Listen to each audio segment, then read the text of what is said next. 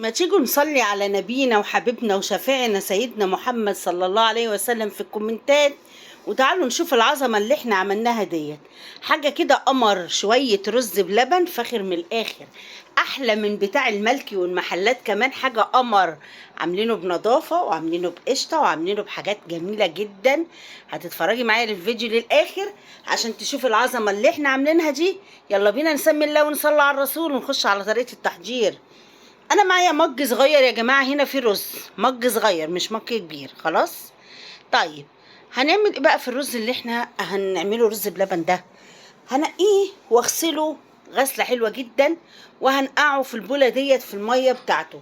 ليه يا زوزو هتنقعيه في الميه بتاعته؟ عشان يا قلبي زوزو بيتضاعف حجمه، وتاني حاجه بيستوي بسرعه لما بنيجي نسويه. اهو انا هنا بقى حطيت فيه حبه الميه واسيبه بتاع نص ساعه منقوع كده اهو. يلا يا امرايه، لايك وشير وصلي على الرسول في الكومنتات. هنا فات نص ساعه يا جماعه. بص الرزايه بقى ايه، نفشت كده وبقت بسم الله ما شاء الله تضاعفت. وهنا غليت حبه ميه صغيرين في قلب كوبايتين ميه كده في قلب الحله، وانزلي بالرز بتاعك اللي انتي نقعتيه اهو.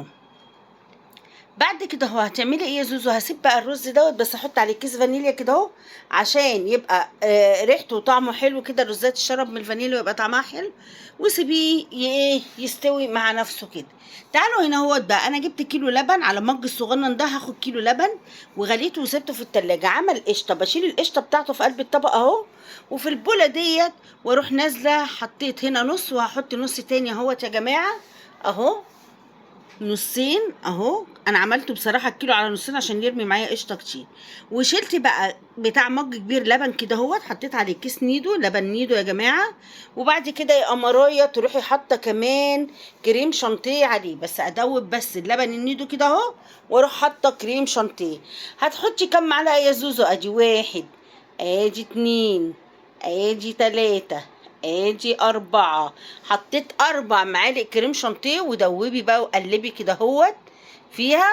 حاجة كده عظمة، حاجة فاخر من الاخر بصراحة. شوية رز بلبن عملتهم ولادي اتجننوا عليهم، كان طعمهم حلو جدا وكانوا في منتهى الجمال. وهنا الرز بتاعي دخل على السوا بقى خلاص اهو. اروح نازلة بكيلو اللبن بتاعي عليه اهو. طيب بعد كده يا زوزو هتعملي ايه؟ هقلب بقى يا قلب زوزو اهو. بس يلا يا قمريه سمعيني الصلاه على النبي في الكومنتات كده. الف صلاه عليك يا حبيب الله. اللهم صل وسلم وبارك على سيدنا محمد وعلى اله واصحابه اجمعين. واروح مقلبه الرز بتاعي في قلب الايه اللبن، وانزل بمج سكر عليه.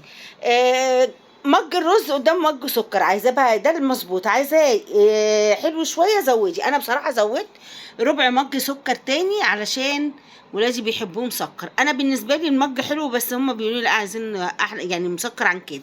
وهنا بقى بحط ايه ذره فانيليا تاني يا جماعه عشان ايه الريحه بقى والفعفعه على اللبن.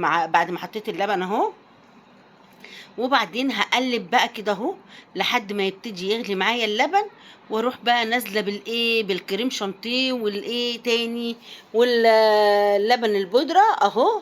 وقلبي بقى لحد ما يلف مع نفسه كده اهو يتقن يا جماعه. اتفرجوا بقى على السمك بتاعه بعد كده، كان تحفه تحفه تحفه. بصوا بقى هنا ما ابتدى يتقل، بصوا الكشكشه بتاعته الرز بلبن اللي بنشوفها على العلب تحفه. الله اكبر. ولسه ايه ما خلصتش.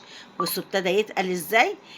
حاولي تظبطيه، ولا يبقى تقيل قوي ولا يبقى خفيف قوي، لان لما بيقعد في التلاجة بيتقل يا جماعه وبيمسك نفسه جامد، فعشان ما تحسسش ان هو تقيل.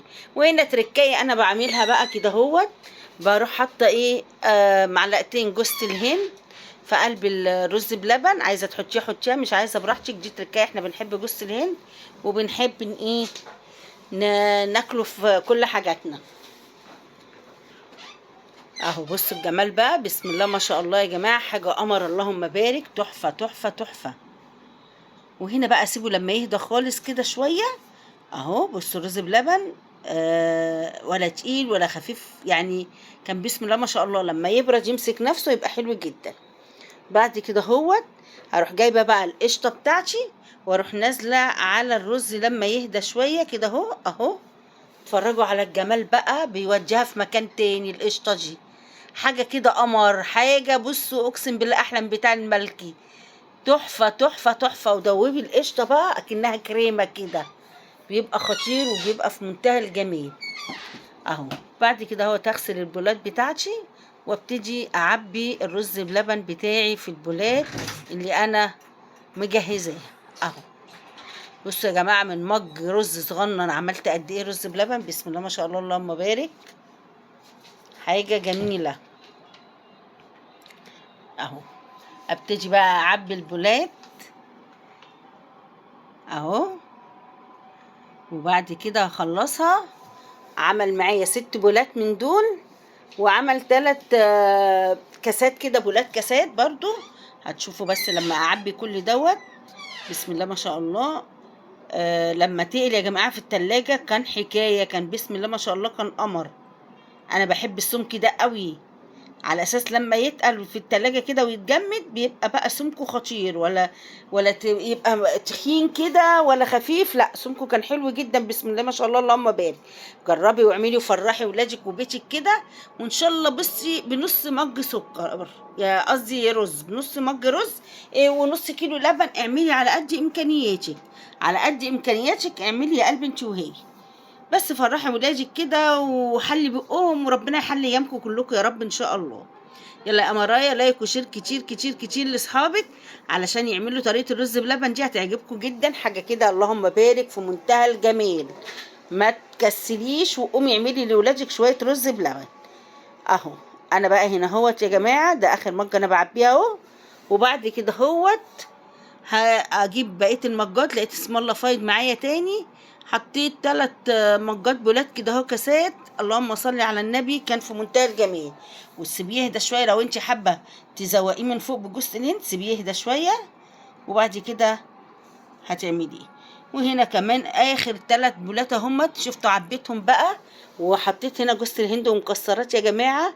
والولاد كمان بصراحه قالوا لي حطي عليه كل يا ماما، هم فعلا بيحبوا جوز الهند والمكسرات جدا. اي حاجه بقى، انا كان عندي شويه بندق ولوز فايدين من رمضان مع جوز الهند، رشيت عليهم. عندك فول سوداني رشين، متناول ايدك اعمليه يا قلبي انت وهي. بس كان حاجه قمر بصراحه، استاهل منك لايك وشير كتير كتير كتير، وفرحي بيتك وولادك وفرحي كل حبايبك كده بالرز بلبن ده، حاجه اللهم بارك، تحفه تحفه تحفه. وهنا بقى رحت برضو ايه، رشيت بقى مكسرات وجوز الهند على وش كل البولات بتاعتي، علشان احنا بنحب، قلت لكم مكسرات ورز بلبن، وده اختياري، عايزه تحطيها حطيها، مش عايزه براحتك خالص، دي حريه شخصيه ليك انتي. يلا يا امرايا، لايك وشير للفيديو، لو جديده معانا في القناه فعلي زر الجرس عشان يجيلك كل جديد من زوزو يا قلبي زوزو. متبخلوش عليا، اللايك مش هيعمل لك حاجه، بل بيرفع من نسبه مشاهدات الفيديو. والسلام عليكم ورحمه الله وبركاته.